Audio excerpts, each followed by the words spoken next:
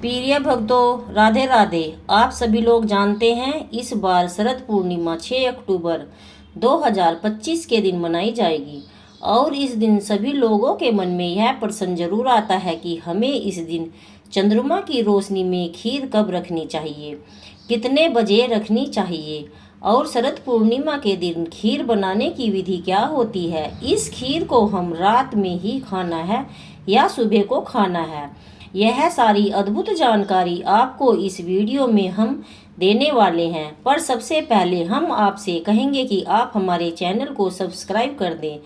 तो प्रिय भक्तों, शरद पूर्णिमा की रात में जब चंद्रमा दर्शन देते हैं तो उस समय ऐसा माना जाता है कि अमृत की वर्षा होती है और इस अमृत को इकट्ठा करने के लिए मात्र एक ही तरीका होता है। शरद पूर्णिमा को हम अपने घर में खीर बनाकर उस खीर को एक पात्र में भरकर उसे चंद्रमा की रोशनी में रखते हैं। फिर इस खीर के अंदर अपने आप ही के गुण आ जाते हैं और इस खीर को फिर जो भी खाते हैं शरीर में कोई भी रोग और बीमारी नहीं होती और वह दूर हो जाती है। उस व्यक्ति के जीवन में सफलता मिलना भी शुरू हो जाती है। इसलिए प्रिय भक्तों, इस खीर को बनाने की विधि सही होनी चाहिए, इस खीर को रखने के समय भी सही होना चाहिए। इस दोनों बातों को आपको विशेष रूप से ध्यान रखना है।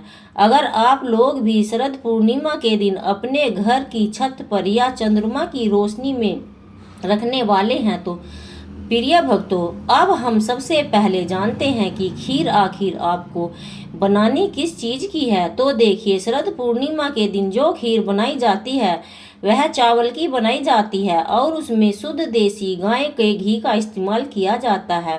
इस खीर के अंदर आप चाहें तो शक्कर, गुड़ या चीनी भी प्रयोग कर सकते हैं। इसके अलावा लौंग, इलायची, केसर, बादाम को भी आप अलग से डालना चाहें तो डाल सकते हैं। और खीर को बनाते समय शुद्धता का विशेष रूप से ध्यान रखना है, क्योंकि इस खीर का भोग हम पहले भगवान को लगाने वाले हैं। अब यहाँ पर प्रश्न यह आता है कि अगर हमें गाय का दूध न मिले तो क्या हम भैंस के दूध से खीर को बना सकते हैं? तो इसका जवाब है नहीं।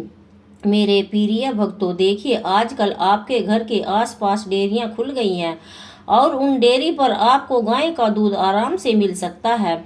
इसलिए आप गाय के दूध से ही इस खीर को बनाएं, क्योंकि भगवान को गाय का दूध बहुत प्रिय होता है।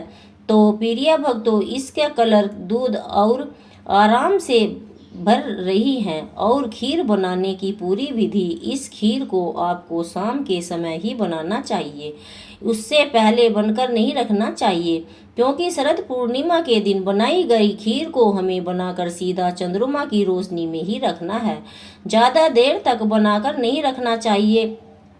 तो अब हम जानते हैं कि इस खीर को हमें चंद्रमा की रोशनी में शरद पूर्णिमा के दिन किस समय रखना। तो देखियो, जब आप घर में शरद पूर्णिमा के दिन रात्रि में खीर बनाकर तैयार कर लें तो उसे कुछ समय जैसे कि 5 से 10 मिनट तक ऐसा ही रखें ताकि वह हल्की सी ठंडी हो जाए। फिर उसे आप बड़े से कटोरे में भरें और खीर आपको अपने घर में नहीं बचानी है, जितनी बनाई पूरी कटोरे में भर देनी है, क्योंकि हमें इस पूरी खीर को चंद्रमा की रोशनी में रखना है।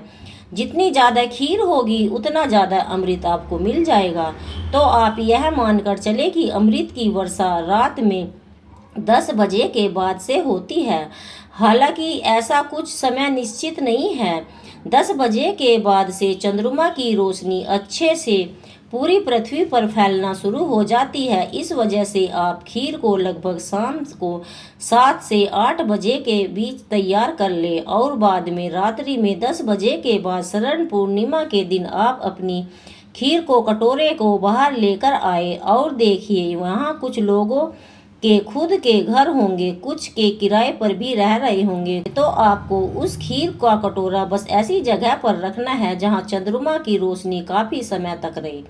जैसे कि आप अपने घर की छत पर इस खीर का कटोरे को रख सकते हैं तो घर के आंगन में भी रख सकते हैं, अपने घर की खिड़की दरवाजे के पास भी रख सकते हैं। जहां पर चंद्रमा की रोशनी आ रही है वैसे इस खीर को चांदी के कटोरे में भी रखा जाता है।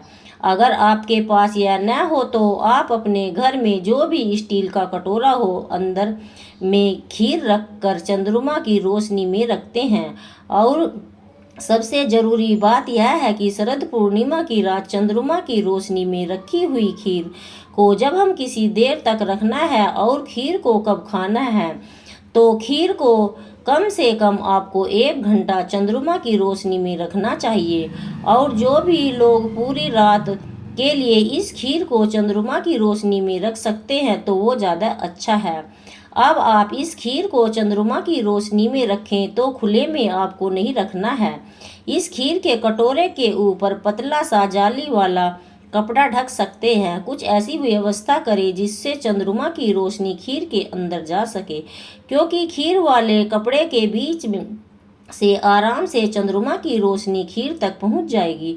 क्योंकि अगर आपने खुले में खीर रख दी तो बिल्ली उस खीर को खा जाएगी और फिर खीर का सेवन नहीं कर पाएंगे। तो प्रिय भक्तों, आप इस खीर को 1 घंटा चंद्रमा की रोशनी में रखने के बाद खीर को सेवन कर सकते हैं। और इस खीर को सबसे पहले आपको घर के भगवानों को भोग लगाना है, उसके बाद ही ग्रहण करना है। जो लोग पूरी रात भर के लिए खीर को चंद्रमा की रोशनी में रखने वाले हैं वह सुबह स्नान करके उठ के उस भोग का भगवान को लगाकर ग्रहण करेंगे और फिर खीर के साथ में आप अमृत को भी ग्रहण कर लेंगे। अगर आपको ऐसा डर लगता है कि इस खीर को चंद्रमा की रोशनी में रखेंगे तो बिल्ली इसे खा सकती है, तो आप ऐसा करें कि मात्र 1 घंटे के लिए चंद्रमा की रोशनी में शरद पूर्णिमा के दिन बैठे और अपने सामने खीर को रख लें और उसकी सुरक्षा करते रहें। क्योंकि इस दिन शरद पूर्णिमा के दिन रात्रि में हमें चंद्रमा की रोशनी में जरूर बैठना चाहिए। इससे हमें शरीर में जो परेशानियां होती हैं वह ठीक हो जाती हैं। तो आप इस तरीके से अपनी खीर को सुरक्षित चंद्रमा की रोशनी में रख कर ग्रहण कर सकते हैं। और खीर को आप अपने घर के सभी सदस्यों को जरूर खिलाइए। तो प्रिय भक्तों, अब हम आशा करते हैं कि आपको सभी प्रश्नों के सही उत्तर मिल गया होगा।